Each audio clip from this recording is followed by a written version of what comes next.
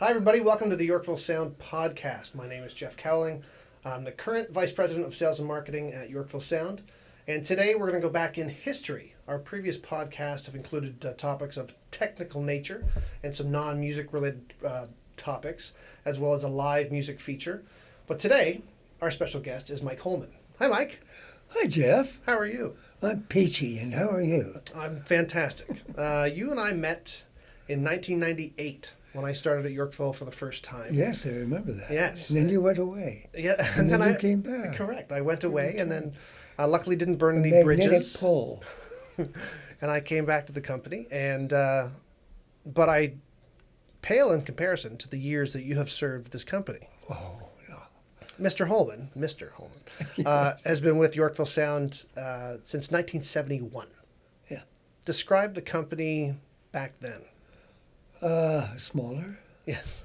Okay, well, let's say more compact. What did you start doing at Yorkville? You did a bit at music retail. And then, Having worked at Long and McQuaid for about 11 months, Jack asked me if I wanted to transfer over to Yorkville's sales department. I said, yeah, sure, which I did. And there were three of us in a room about the size of this studio, right. complete with our desks. Jack told me that the first thing I needed to do was to go out and buy a desk. So I said, fine. He said, well, there's some used furniture shops just down Queen Street there. So I went to one, and I found the biggest desk they had. It was monstrous. In fact, it's still in the finishing department loft. Right. Up there, this giant light-colored wooden Huge. thing. Yeah. Massive thing. And so the guys who were there had previously been there for some time, were not amused when the new desk arrived and it took up the tiny bit of space that was left. Anyway, so yeah, I did phone sales, and Jack asked me if I could go out and visit some dealers, which I did. And it sort of carried on like that. I had a playing engagement going on the side. I've been playing on the side since 1959-60. Yeah. And so that sort of carried on into the mid-70s. So, as is tradition in our company, you were a musician before you became a professional. Well, yeah, I hesitate to say professional, but yes. Yeah, well, you're a gigging musician like many of us hope to be one day again. Yeah. Take us through what's your version of Yorkville, the neighborhood, and the company, I suppose. But Yorkville in the 60s. Yorkville Sound and Pete and Jack giving birth to this company in 63. Were you aware of that, or was it years later? No. In the early 60s, I was playing in a band called the Silhouettes. And we got booked into the Blue Note as the house band. Right. And we were working there for a while. Pat Coffey and I had been friends all along. And Pat was part of the band when we first went in there. And I decided I was going to leave the Blue Note. The environment was getting a little strange. So I phoned Pat up and said I was thinking of leaving. And he said, well, why don't you come and play with us? And I said, who's us? And he said, the Countdowns. And this was a six-piece band. They played mostly R&B. The drummers sang. And they specialized in backing up visiting recording artists. Oh, cool. Because they had a couple of horns, so we could do lots of R&B stuff. And that was fine. Our first gig with that band was Mazarick Hall. It would have been, I think, March or April of 64. And the guy who ran the dance there decided for whatever reason he was going to have two bands in. He was going to have live music all night. And so that was great. The other band was called the Counts Five. It was a vocal group, and they had a three-man backup band, drums, keyboards, and bass. And the bass player was Pete Traynor. Oh, perfect. So just prior to the show, Pat introduced me to Pete, and Pete immediately grabbed me and took me around and introduced me to the guys in the Counts Five. And that was fine. So they played a set. They were an awesome group. And then we came up and we did our set. And after we finished, Pat approached me and said, I just talked to Pete, and he said he can't hear you past the third row. Oh, I see. I had about a 15-watt amp, Yeah. which was great for the Blue Note. Yeah. But Mazarick Hall was bigger than that. Of course, back then, there was no miking up amps. No. Line output. Barely miking up anything. Yes, exactly. So, the PA had 2 inputs. Yeah. So that was it. That was par for the course back then. So I said, okay, fine. And the next day I showed up at Long and McQuaid. It was a Friday night, and the Saturday I was there, and brought my 15-watt amp with me. And Pat paged Pete. He came out and said, come on, follow me. So we went out to the back. This is the old 803 Young store. Yeah, right. Across from Yorkville Avenue. And so we went out the back, and on the way, he hollered back over his shoulder. He said, I'm about to become vice president. I don't know what of, but I'll be a vice president. Well, that's nice. So out to the back, went through the rental department, and then there was a wooden staircase went up to a door. And that was the attic, so we went up the wooden staircase, through the door, and I looked around, and there were people at benches all around building stuff. They were soldering and Yeah. screwing and that sort of thing. They were building amplifiers. That's as interesting. There's about 5 or 6 people. Yeah. And that was it. And then he took me to the back and showed me this amp. He said, people will hear this amplifier. And it was a twin 12 combo, really powerful. Really loud. Really loud, with an odd sloping top that sloped down towards the back. Oh. And that was, I'm positive, somebody in the rental department saying, build me an amp for rentals. And for pity's sakes, make the top slope so that smokes and beers won't stay on it. We'll just and leave slide marks. off. Exactly. Right. So he designed it, and that was my introduction to Pete and to Traynor amps. The amp in question, it was a prototype. Yeah. It lasted about 6 months. And I found myself and the band in Kirkland Lake. Oh, and my. it died. It just died. We were doing a rehearsal, and twang, die. So I looked through the yellow pages, and there's a guy there who's possibly the store's still there. And it was Ernie Lang Music. Ernie Lang, okay. Ernie Lang. So I dragged the amp to Ernie, and he said, okay, I'll see what I can do. I said, well, I need it by 7 o'clock tonight, because that's when we go on. Yeah. So I phoned him later on, and Ernie said, how long have you had this amp? 6 months. Oh, okay. Why do you ask?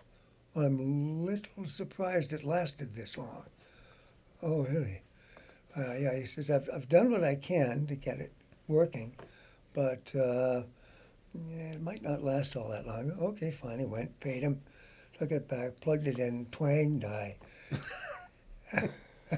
That was the end of that. Well, there's an interesting side note to that.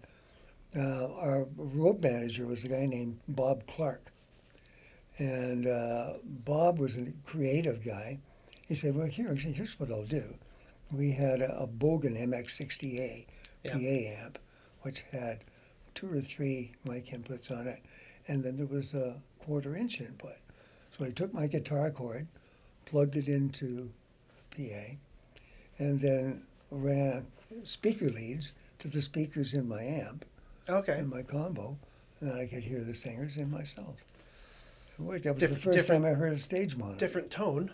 Yeah, well, yeah. So anyway, that was how I met Pete Traynor, and then we became friends after that, right Yeah. up to the end. Again, still in the 60s in the Yorkville scene.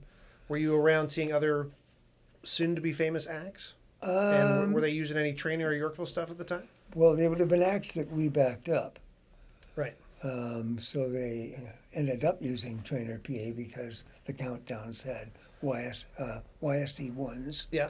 and a YVM one, columns. And, The original rental columns and Traynor yeah, columns. Yeah, exactly, and Yeah. a PA head. Yeah, that would include a variety of people. One of them being Bobby Goldsboro.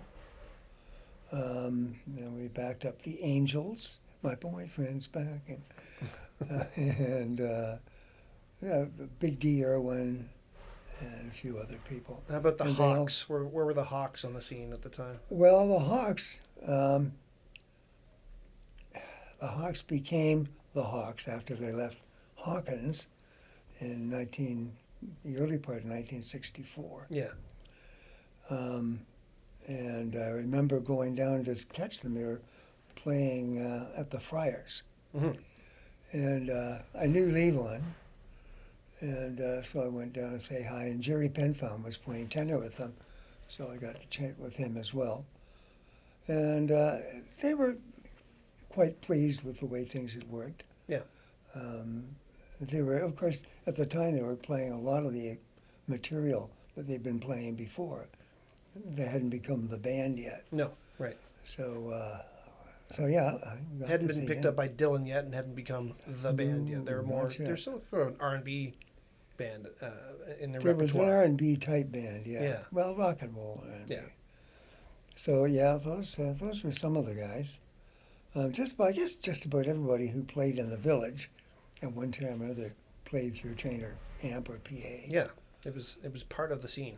It was, yeah, exactly. So, after performing and still performing, but hired at Long McQuaid, and then you went to Yorkville in '71. Was that the first Yorkville beyond the back room of 803 Young? What was your location? That was downtown, the Yorkville manufacturing facility. Yorkville was at 744 Dundas East. So Right. Dundas right at the Don Valley. Yeah. Okay. And it was a U-shaped building, two-story. The lower part of the west part of it was a mattress factory. Oh, So, and then we good for rented- sound baffling. And I forget what was on the east side of the main floor, but anyway, Yorkville was upstairs, and building, as I say, was U-shaped. So there were various construction areas throughout it. Are we And talking one a of dozen which- people at the time, or what's the Oh head no! count? By then there was probably close to 100 people. Wow. Yeah, Okay. it grew pretty quickly. I saw the factory before that, which was at 344 or something like that, Dundas. Pete invited me to come up and take a look at it, Oh, cool. which I did. And it was also second floor, old industrial building. And that was when I discovered that he had a lab now, Mm. and had hired an actual engineer to basically go over the designs, make sure they were buildable and workable Pete- and so on. Might be accused of being a mad scientist than a proper engineer. And Fair? a proper engineer, yeah, he made Pete's ideas work wherever possible. Right. His name was Paul Hallam, and he was a very, very good man, a good engineer. Anyway, so back to 744 Dundas. Pete's office was in the western part of the second floor. Mhm. And you're eventually going to ask me about the Steve Miller thing. Yeah. So I'll fill that in now. We'll jump ahead. Pete, in 1968, was approached by a couple of guys who were concert promoters, and they wanted to know if Pete would do the sound for a large gig they were doing. It might have been outdoors. And I forget who the act was, but they were big recording artists. Mhm. And Pete, despite, I'm sure, protestations from Jack and probably Fred Terrio, Fred too. largely, decided he was going to do this. He was going to get into this commercial PA business, and that was fine. He put together the system and did a number of gigs. They ended up doing more work than they expected they were going to have to do. which prompted him to get the mixer designed the way it was. His 24-channel mixer was designed by another guy, a guy named Brian Lloyd. And it had something that nobody has to this day, which is amazing. It had some oddball things. It had rotary controls for level, which Instead of nowadays, faders. He wouldn't use faders because he had to repair them too often in recording studios. Right. And at the CBC and various other places where he was Yeah. called upon. So he put in rotary controls. That was fine. That made it a bit unusual, but what was really cool was the snake.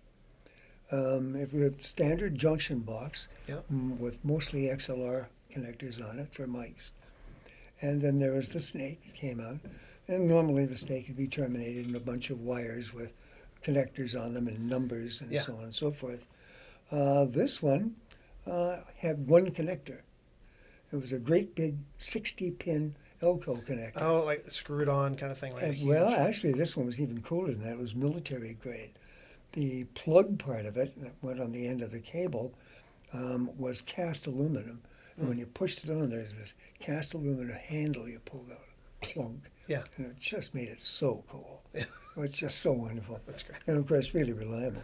So they could tear down and set up in record time, which was a good thing because they were running from gig to gig sometimes. It's sort of one of our mottos that we've stayed with for over 50 years. Like, you can set up our stuff pretty easily. You can do that, and it really helps a lot. Yeah. And it helps that it works Yes. when you set it up. That's good, too. That's a major thing. Anyway, so he got offers from various people or requests to do the sound for various gigs. And one of them was a Steve Miller concert. This is 1970. That was fine. Steve came to town and went to visit Pete in the office and asked him, the conversation covered a number of things, but he said, I've heard your amps are pretty reliable. And Pete said, yeah, they are. He said, well, how reliable are they? As Mr. Miller was using another brand of amplifier at the time, which wasn't so reliable. So Pete said, well, come on. They went down the hall from his office and on the way picked up a YBA3 that happened to be lying on the floor. And they went down to this loading door. It was an odd situation. There was a roll-up loading door on the second floor. Ooh. And there was a swing-out A-arm with a cable, and there's a bearing at the end of it, and down went the cable, and you'd attach it to a skid, and you'd push the button, and the thing would pull the skid Haul it up. back and up you the could second floor. load it in. So he rolls up the loading door, grabs the amp, and goes boom, and drops it down. And it landed on the asphalt, left a nice ding in the asphalt, too. Actually, no, that was the monoblock did that. Yeah, That's that would have been the another story. monoblock. Yeah, for sure. Yeah. He went downstairs and fetched up the amp, took it upstairs, shook out all the broken glass. Because The the tubes, tubes, were yeah. they were toast. Replaced all the tubes, plugged it in, plugged Steve in, plugged it into a speaker, turned it up, and it worked. Nice. So Steve said, thank you, I'll take 4 of those. Oh, excellent. And so Steve said, fine. He said, they've got to be really roadworthy, and as they were, but Pete made them extra roadworthy. Mm-hmm. He covered the cabinet. So first of all, he asked Steve if he wanted a master volume. This is something Pete had invented the year before. This is one of our firsts, Yeah. as we knew it. He had From a guitar created it company. in an amp called the Signature Reverb, which was a 410 combo. Mm-hmm. Solid state, interestingly. Anyway, so he asked him if he wanted it, and he said, oh, sure. So Steve's version of the YBA3 had a master volume, and the cabinet was covered in this black stuff that Pete told me he took an axe to it and couldn't damage it. The axe just bounced off. Not just regular leatherette then. This is This something is else. not regular leatherette. No. This was arborite type stuff. Yeah. And now I'm familiar with the amp, with the cabinet, I should say. His 412 cabinets were similarly clad. And in addition, they had a panel that locked in the front, 3/4 inch with this arborite stuff on it. And that was loaded with Sherwin Vega 150 watt 12s, four of them. This is loud. So this is a 600 watt cabinet. You're not going to blow it up right away. And I'm familiar with that because I took one on, there was one left over, Okay. and I took it on tour with me in '73, and it sounded great. Anyway, that was the dropping the amp story. That's Yes. what actually transpired. And there were future drops on other products, as you mentioned, the monoblock. Yeah, the monoblock. Dented. It got pavement. dropped big time. It left a ding in the asphalt. There was a few other things. There was one of the products was a YCV 212, and it came out just around the time we moved to the shop in Scarborough. And, Yeah, you went from Dundas up to Midland? Midland, yeah, Yeah. 80 Midwest Road. And they couldn't drop it out of a second story door or window because there wasn't one. So they put it up on a forklift and yanked it off with ropes. Oh. And boom, crash, bang, boom. And of course, it survived, but the whole production department had stopped working. And so they thought, maybe that's not a really good way to test them. Maybe we have a better use for our time.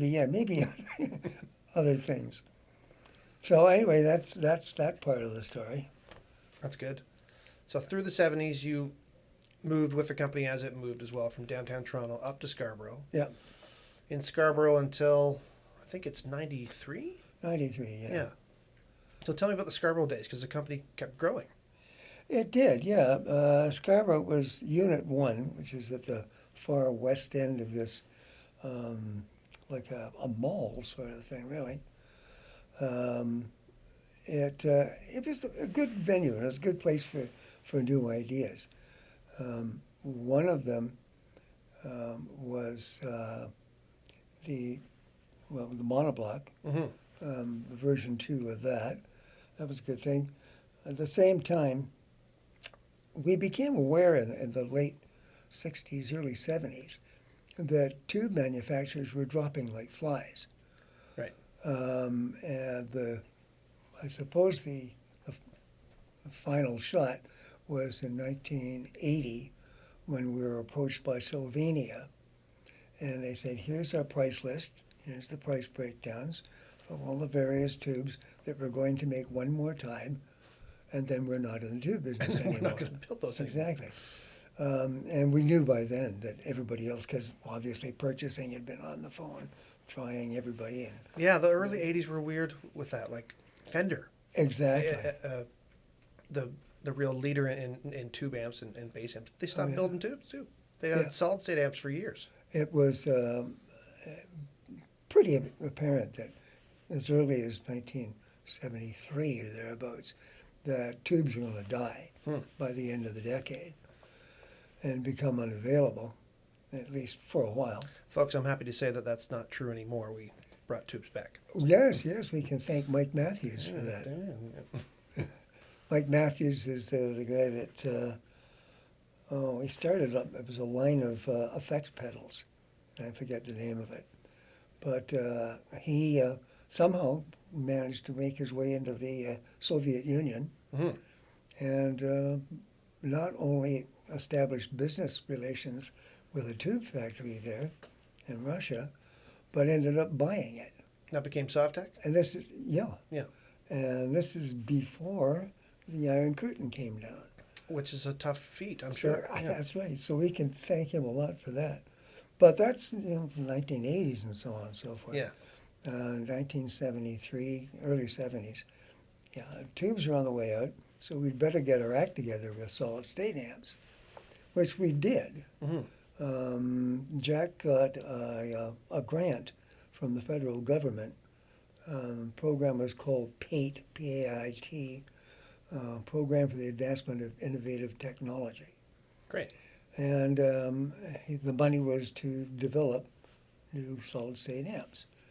And the government said, you can have the money, that's the good news, and the payback is real easy. It can take whatever time you want. We just want, this is Peter Trudeau, by the way, we just want nice new products. So that worked out fine. We said, okay, what else? Well, the other thing is that has to be really innovative. You can't use standard existing Yeah, the money is for innovation. solid-state designs, right? So this led to development of the group series. Okay. The group amps had a lot of innovative things in them. Among them, a semi-parametric mid-range control. Right. And then there was the Group VVC, which had a semi-parametric 5-band equalizer, which you could shift all the different frequencies back and forth if you wanted to tune in the right frequency. Or you could hook up a volume pedal and do it wah, wah, wah. Do a swell. You and put do a spike in there to get a wah, wah sound, or other effects like phasing. And then, I don't know why, but I sort of got involved in the design of these things. And Dirk Vandersleen was the principal engineer working on them. And I said, it'd be really great if the tremolo oscillator, first of all, it couldn't be a standard tremolo oscillator, Right. which takes the volume, drops it down, and lets it go back up to normal, drops it down. I said, no, this had to go above normal and below normal. Oh. And right, it was innovative. And since it's working that way, why not have it work the shift effect? All you do is flip a switch or hit a foot switch, and now this phasing or whatever you had turned in on the EQ was done automatically. And you could switch it on and off with a foot pedal. Yeah. So you could use 3 foot pedals, 3 foot switches, and a volume pedal on the amp at the same time. There's a lot going on. Yeah, I was the only guy, I think, who knew how to operate a Group VVC. I wrote the manual. And of course, no one reads manuals. So. No, of course not. They just scratched their heads. But it got us in on the right track, and insane people came along and designed things. Well, we had previously hired on a designer, was actually a physicist, a guy named Eric von Voltier. Mm-hmm.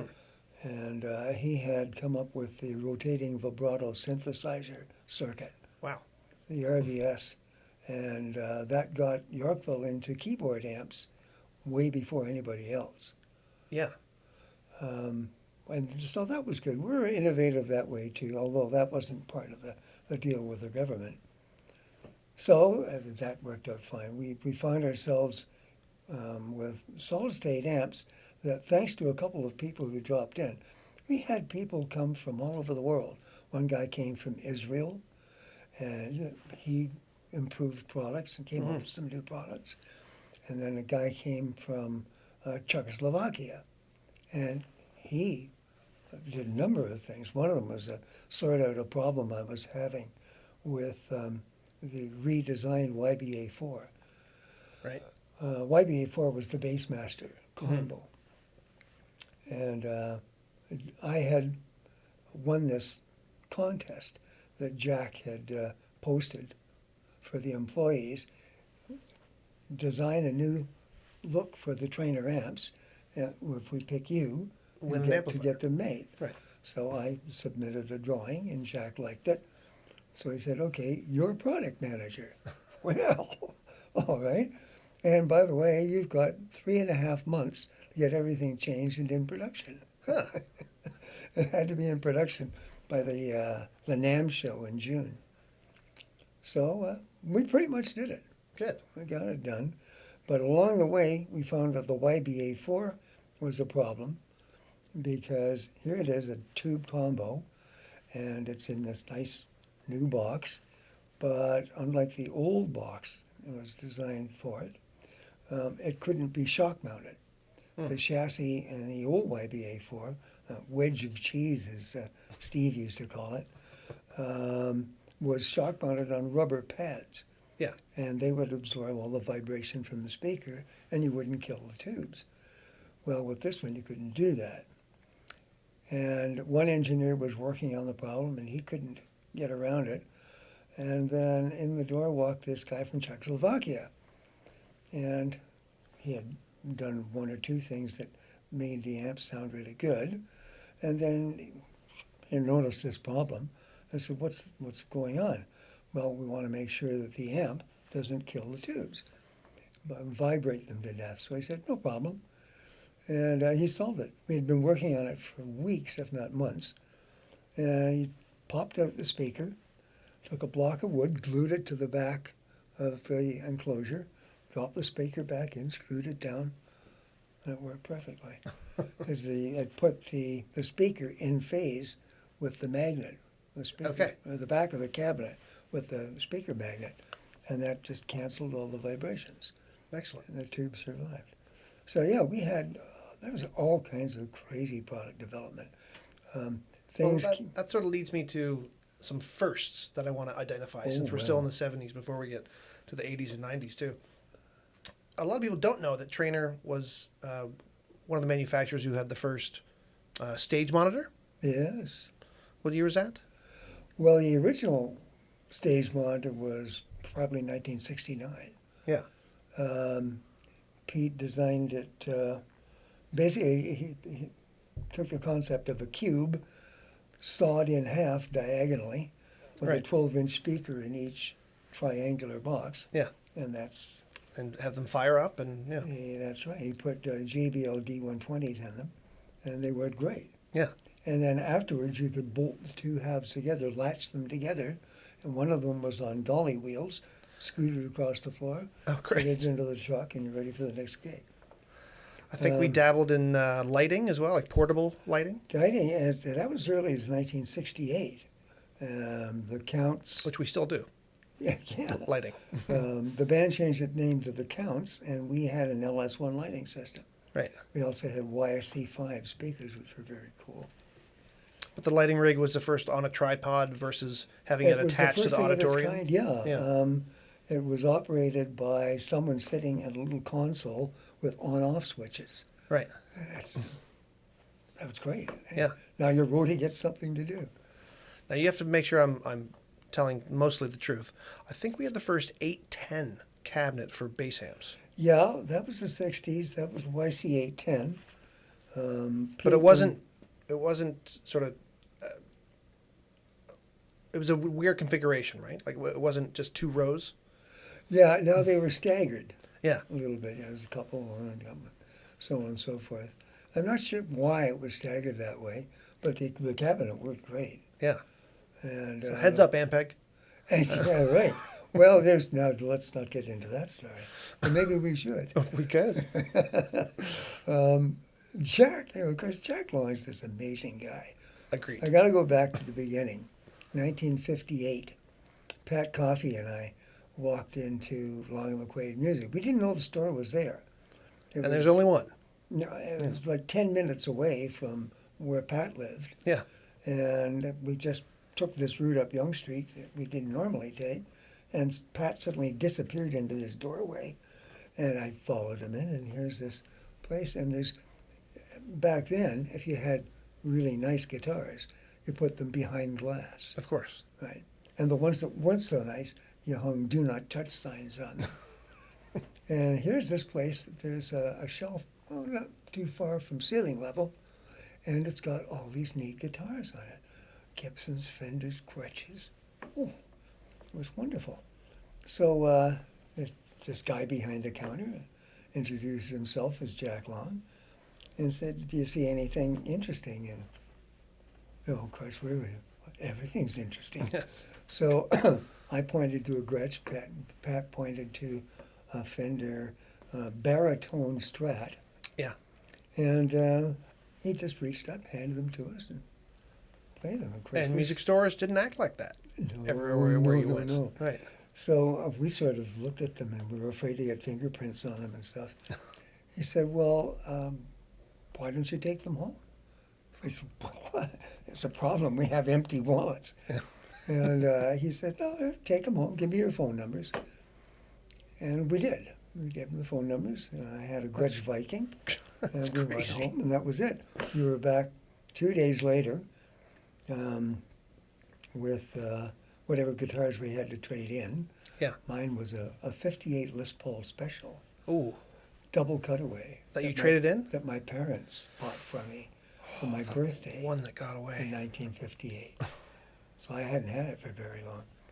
And so I took this Gretsch Viking home, which is a beautiful guitar. And Dad said, okay, I'll sign on the dotted line. Yorkville, Lauren McQuaid Financing had Yeah. a new customer. Yeah, As did there's a Pat. first as well. It's not on the Yorkville side, but on the Long McQuaid side.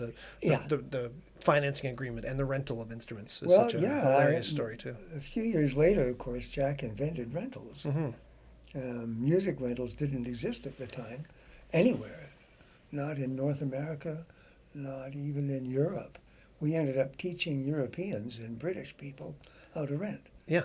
We had seminars, and they'd be like maybe 3 days long, Mm-hmm. and that was a wonderful part of the development for Jack. Yeah, I think it was $3 for small stuff and $5 for big stuff. Something like that. Oh yeah, no, you couldn't pass up on it. Yeah. And Jack's philosophy was, well, you rent it enough times, you make some money. Yeah. And that was great. And of course, this led to the rental department doing lots of business, Mm-hmm. especially with amplifiers. And then, That Pete was building, yeah.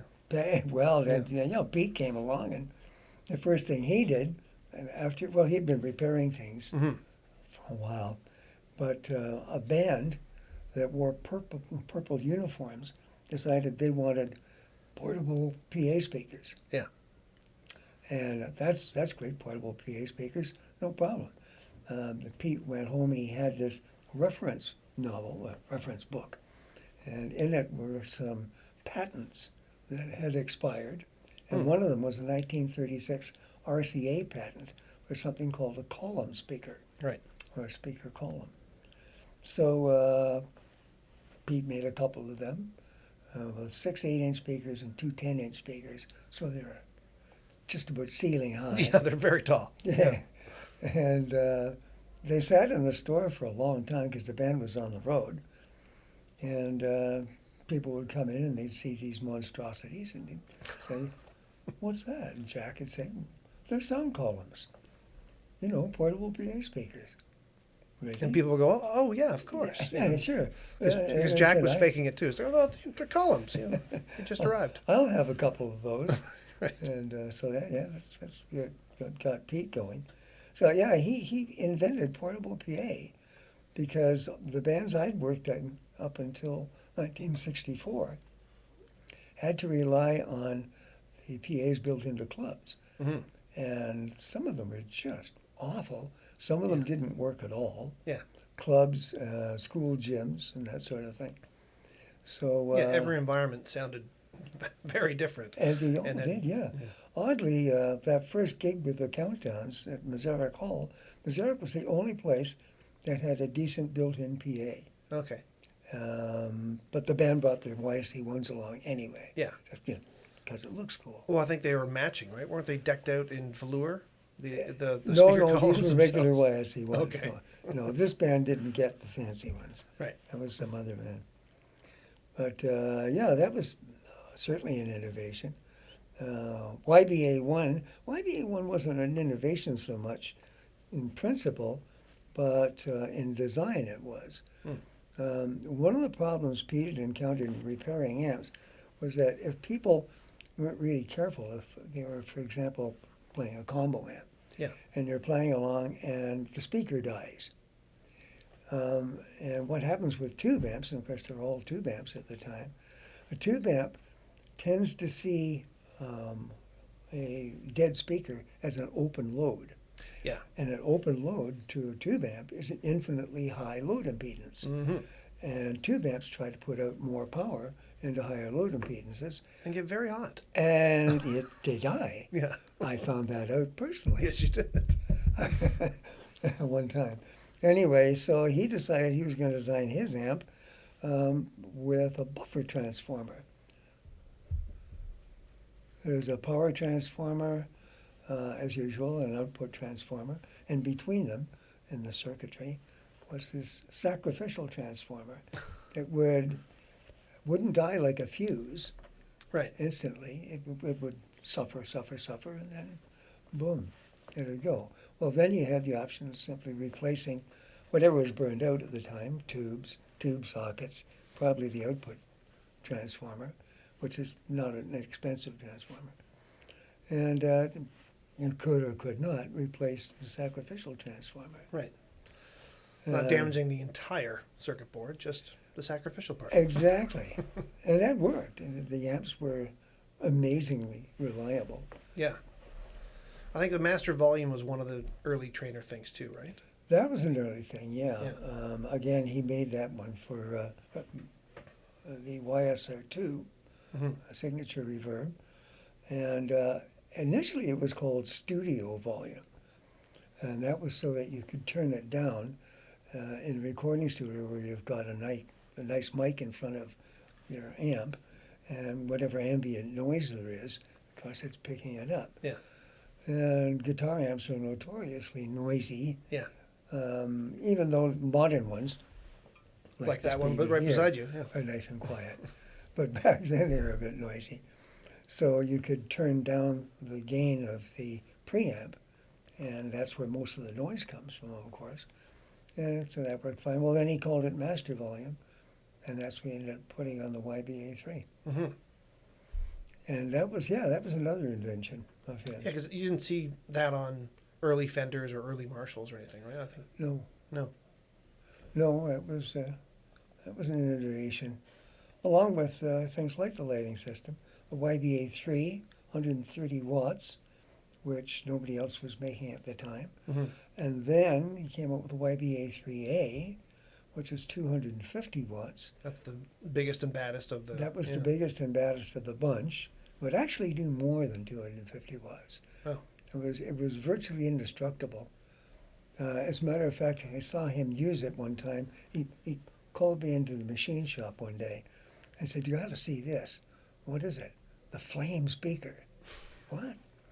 And I went into it, and here he had set up on a workbench a Bunsen burner, and beside it was a pipette stand, Yeah. a little tripod stand, with a couple of metal clamps on it.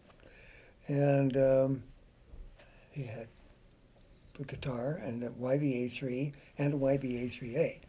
He had the output of the YBA3, the speaker output of the YBA3, going into the input of the YBA3A, Oh boy.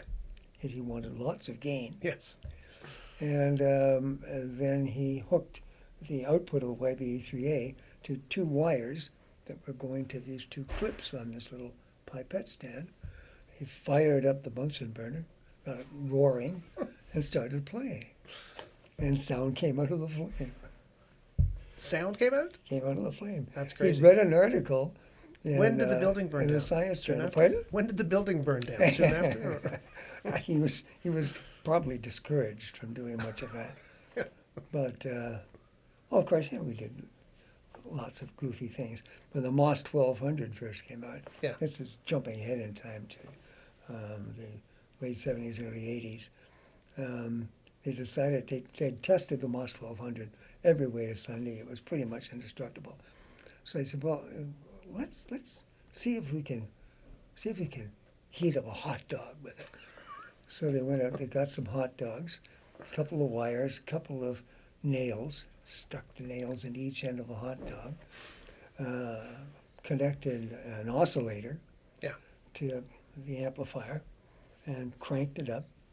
And 12 minutes later, ta-da! At what frequency does a hot dog best? 20 kilohertz. Just 20 kilohertz. 20 Excellent. kilohertz. So if you're planning Yeah. on doing that, that's how to set your oscillator. Mhm. Yeah, oops. Anyway, yeah. There was. I guess through the 70s and then into the 80s, I think we were a company more interested in powered mixers and speakers versus a lot of instrument amps. I think instrument amps sort of went away a little bit in the 80s. Well, they sort of did and they didn't. We had some pretty good designs. given that they were solid state. Yeah. Amps like the Stage series and so on and so forth, the Block series before that. But the real popular stuff, let's say, would have been the wood-paneled powered mixers, the 6400. Oh, 6400s, yeah, 12400s and so on. They were popular. PA, of course, had been a mainstay of the company all along. Yeah. So, if tube amps or amplifiers generally are sort of not doing all that well, then that's fine. You've got lots of PA products. I think between the 70s and 80s, too, we transitioned from the Traynor brand, like we see here on some of our amplifiers, it became Yorkville, because the company actually was Yorkville Sound Limited. Yeah. And then Yorkville PA really took off with the launch of the Elite line in the 80s. It did. Yeah. That was Henry Balaban, who... and George Crampera. Pardon me, George Crampera. Yeah. George Crampera, you're right. Who came along and decided he was going to make little speaker make big sound. Yes, that's right. And he did. He did a wonderful job. George is a very innovative thinker. Yes. And the processor was another sort of new thing. Mm-hmm. Bose had come along in the interim, and they had a processor for their 802 system. So this, when the Elite processor came along, wasn't totally new, but it was for the working, gigging PA market sort of thing. Yeah. Yeah, the Elite line's really important. Still is to us to this day. So Yeah. it's been decades of that. We launched some amplifiers back in the 90s, Yorkville bass combos and stuff like that, solid state. Yeah. And then, lo and behold, in the late 90s, the return of tubes, which is, you're sitting beside the YCB 4050, which is our 20th anniversary version of the YCB 40. Absolutely. Bringing back tube combos. Fender had some success in the mid-90s bringing back theirs, and our engineering team is always good for, I think we can make that a bit better. Oh, yeah. Well, I think we can make that a bit more reliable. That's one of our mainstays. It's better. Well, we continue to do that sort of Exactly. Yeah, that's So, in the DNA. Yeah, it was really part of the process right from the beginning. Mm-hmm. And if you can make something a little bit better, or make a new version of it, or a new product that's like that but a little bit better, then yeah, sure. Yeah. We kept doing that and doing it. Mike, we don't want to keep you very long. We might do a second chapter because there's lots more to talk about, but we're Certainly. trying to keep the podcast at a certain length for the audience. Mike Holman, today, the longest standing Yorkville employee of all time, still with us, working from home on a variety of projects, and you've seen your career has spanned so many different chapters. It's great, and I'd like to ask you back again sometime too. We can cover some other stuff. No problem. Excellent. Ladies and gentlemen, that has been our podcast episode this time around. Big thanks to Mike Holman for coming in, and we will see you soon.